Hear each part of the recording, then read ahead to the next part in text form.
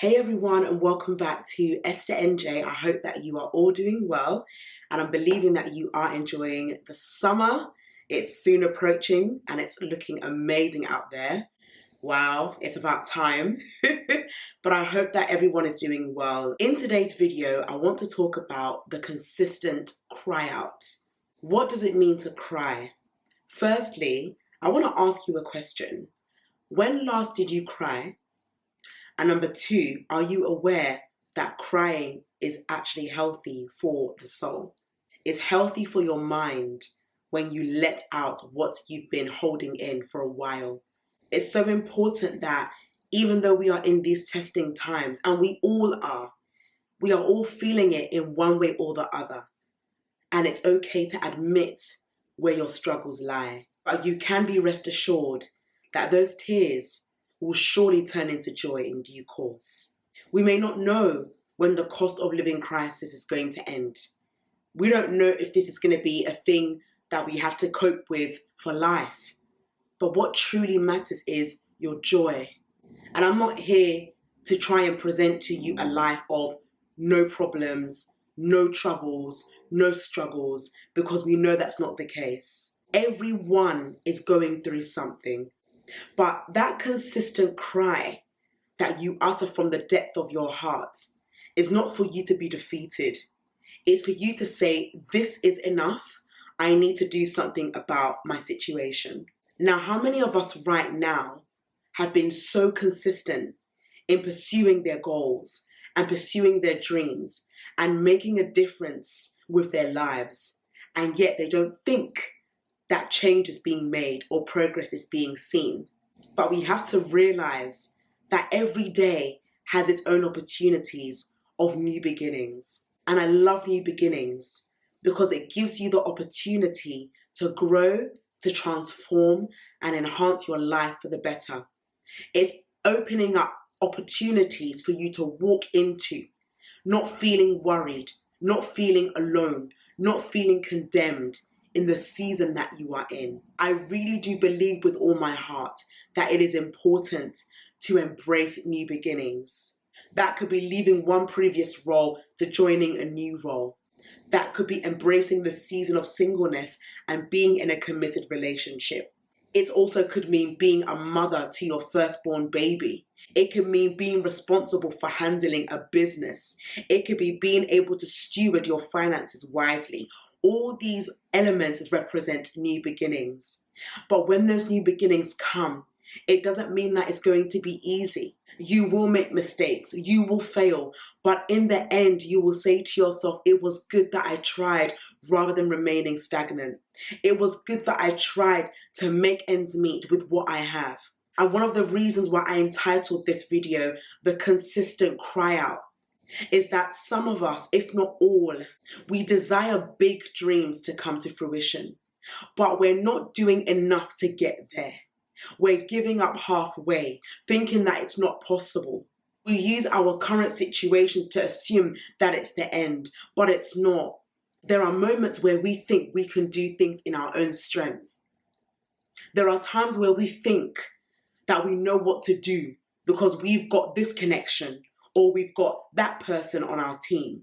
But at the end of the day, who knows what tomorrow brings? No one. You might think you're secure in what you're doing right now, but something can happen that could totally knock you. But is that going to stop you from crying out? No. We are in testing times. And what really matters is your faith and your belief to know that you'll be able to cross over to the other side. I'm not saying it's going to be easy, as I mentioned before. Let's not try and cover up the pain we're going through. Let's not try and pretend that everyone's having a nice life, peaceful life. Yes, we desire a nice life. Yes, we desire a peaceful life. But moments will come where you will be triggered. And those triggers are not to defeat you, they are to humble you. They are to remind you of what it is to call upon the name of the Lord when you are in need, when you are struggling and you feel like you cannot go on. There's someone in heaven waiting for you to call upon his name. And when you think that you are alone in your journey, you will realize that his presence and his grace is sufficient for you. So the theme is Jehoshaphat defeats Moab and Ammon. Verse 1 says, after this, the Moabites and Ammonites, with some of the Meunites, came to wage war against Jehoshaphat. A camp of people wanted to wage war against one man. Let's continue. Some people came and told Jehoshaphat, a vast army is coming against you from Edom, from the other side of the Dead Sea. It is already in Hazazon Tamar, that is En-gedi. Alarmed, Jehoshaphat resolved to inquire of the Lord, and he proclaimed a fast for all Judah. I'm going to stop here in verse 3. He was alarmed. What did Jehoshaphat do? He inquired of the Lord. He didn't inquire back to the people that told him that people were about to attack him. He inquired of the Lord himself without the interruption of others. How many of us in this season that we are in are inquiring of the Lord in what we are going through? Or are we comfortable with our networks? Are we comfortable with who we have around us? Are we comfortable with our computers, our phones, social media, the systems of this world? That you forget to acknowledge the one that can take you out of that situation? It continues. The people of Judah came together to seek help from the Lord. Indeed, they came from every town in Judah to seek him. When you are in a dilemma, you are going to call all the relevant peoples you need to join your faith with their faith for a breakthrough. Your intentionality to see your life change will be dependent on the people you have around you. Because Jehoshaphat had people that he could rely on, he was not only able to inquire of God, but he was also able to believe that the people that were around him would be able to serve and support him in his time of need. And it says in verse 5, then Jehoshaphat stood up in the assembly of Judah and Jerusalem at the temple of the Lord in the front of the new courtyard and said, this is a prayer to the Father. Lord, the God of our ancestors, are you not the God who is in heaven? He's acknowledging who God is. God, you say you are the Father of all nations. You say you are the Father and the God of all the heavens. You rule over all the kingdoms of all the nations. Power and might are in your hand, and no one can withstand you. He's acknowledging who God is in his life.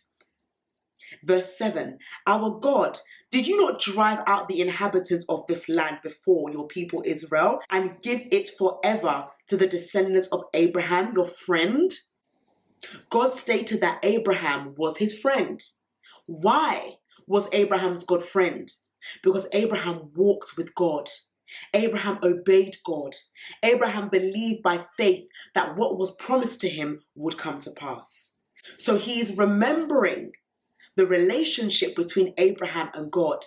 That Father, if you are Abraham's friend, I know you also are my friend. Verse 8, they have lived in it and have built in it a sanctuary in your name, saying, if calamity comes upon us, whether the sword of judgment or plague of famine, we will stand in your presence before this temple that bears your name and will cry out to you in our distress, and you will hear us and save us. That confidence that when we cry out to you, Lord, you will hear us. I'm going to take you on a journey. There have been things that prayer was not enough to do. I had to cry out in prayer. I had to cry out with my tears falling into the palm of my hands. And I had to hold them tight and pray over them and release them to God and say, Father, you see these tears in my hand. I am now releasing them back to you. Do what you need to do with it and let your name be glorified. How many of us are so consistent with the tears that come out? Or have we just stopped believing? Have we stopped trusting? Because clearly Jehoshaphat didn't. He said that in their distress, God heard them and answered them. Verse 10. But now here are men from Ammon, Moab, and Mount Seir. In other words, these are Jehoshaphat's enemies, whose territory you would not allow Israel to invade when they came from Egypt. So they turned away from them and did not destroy them. See how they are repaying us by coming to drive us out of the possession you gave us as an inheritance. How many encounters have you had where you've been delivered or promised something, and all of a sudden someone tries to take what is yours? What God has promised you, someone is trying to pray against it. Well, I declare and I decree, in accordance to verse 12, as it states here, our God, will you not judge them? Indeed, God is going to judge anyone that tries to take from you. What you've worked hard for, what you've cried for, what you've toiled for, what you struggled for will not be taken away from you. What God has promised you, my dear, is yours. That's why it's called the consistent cry out. It's a very intentional topic that you cry out to Him as you are waiting for a breakthrough. And it says here, our God, will you not judge them? I'm reiterating it again. For we have no power to face this vast army that is attacking us. We do not know what to do, but our eyes are on you. Wow. I don't know what to do in the season that I'm in, but I know my eyes are on the Lord. I don't know what you are going through, but I want to encourage you that God's eyes are on you. When Jehoshaphat didn't waver and he remembered the might and the power and the strength of God, to remind God of who He is. Let me say this as well. God loves it when you can show Him off. Big Him up. Let Him know how much you love Him. Tell Him who He is. Aren't you the God of my ancestors? Aren't you the God that said you're Abraham's friend? Aren't you the God that promised me blessings for my children's children? Yes, you are. You will start seeing great changes in your life. Acknowledge Him. Yearn for Him. Be desperate for Him. The way Jehoshaphat was, he was desperate for a change. Sometimes all of a sudden you wake up and by the time you know it, people are just against you. You don't even know what you've done.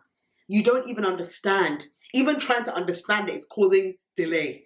Even trying to understand it is causing headache. You know how important it is to have faith in the one that knows you. And this is why it's important to have that relationship with Him. Don't ever hide what you're going through, especially in these testing times. But it doesn't mean that you should not acknowledge the fact that God is able to meet you in your time of need. Just like Jehoshaphat, he didn't know what to do, but his eyes were on God. Where is your focus? Where are you putting your mind on right now?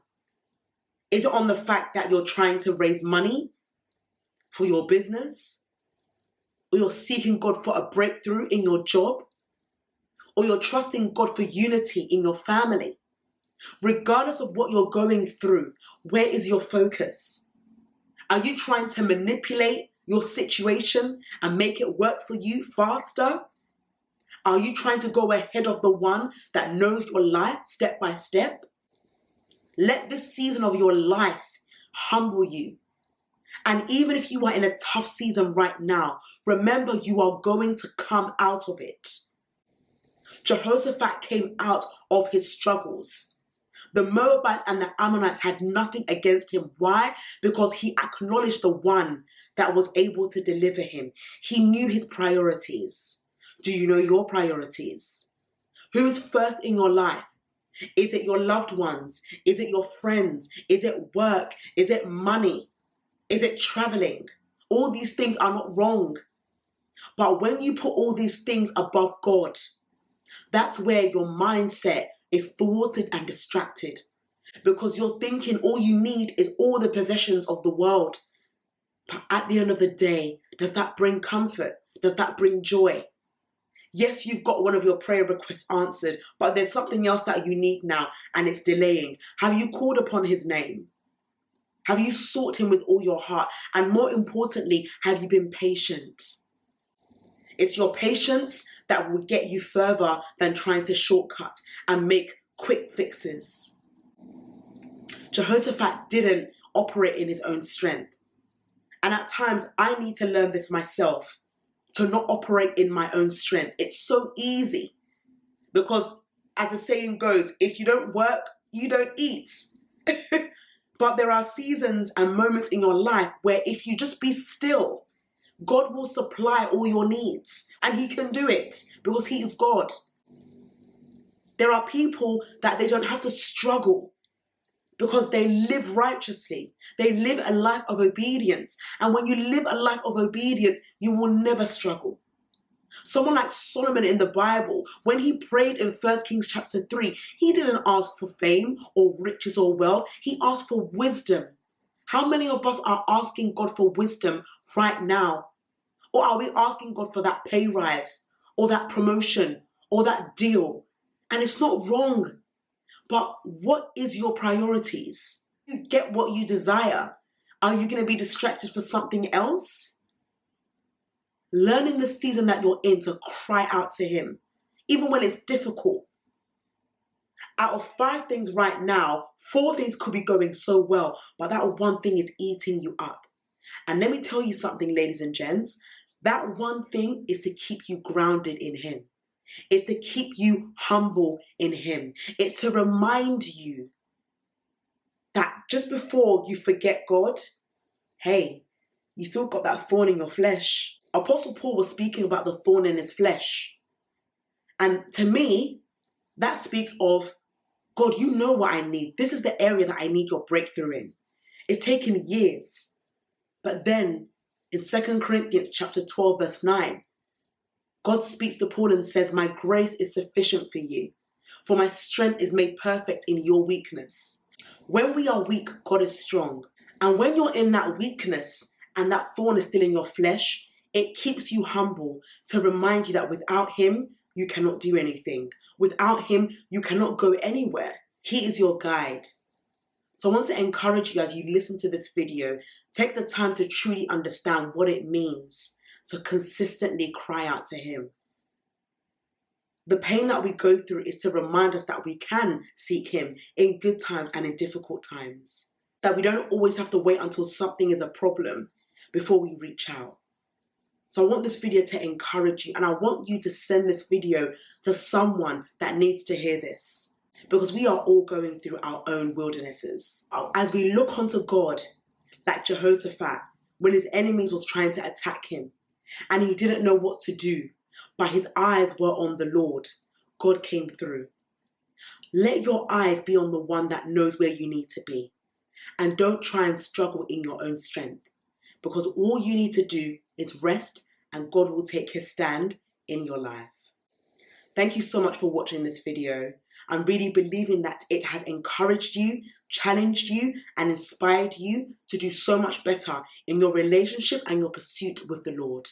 Let this remaining year of 2023 and beyond be a year of perseverance and intentionality and relentlessness to seek God. Don't leave him out of the equation. Don't leave him out of your life. Be a Jehoshaphat that consistently cries out to the one that knows what you need. Till next time, I'll see you in the upcoming video. Take care and enjoy the rest of your day. Bye-bye.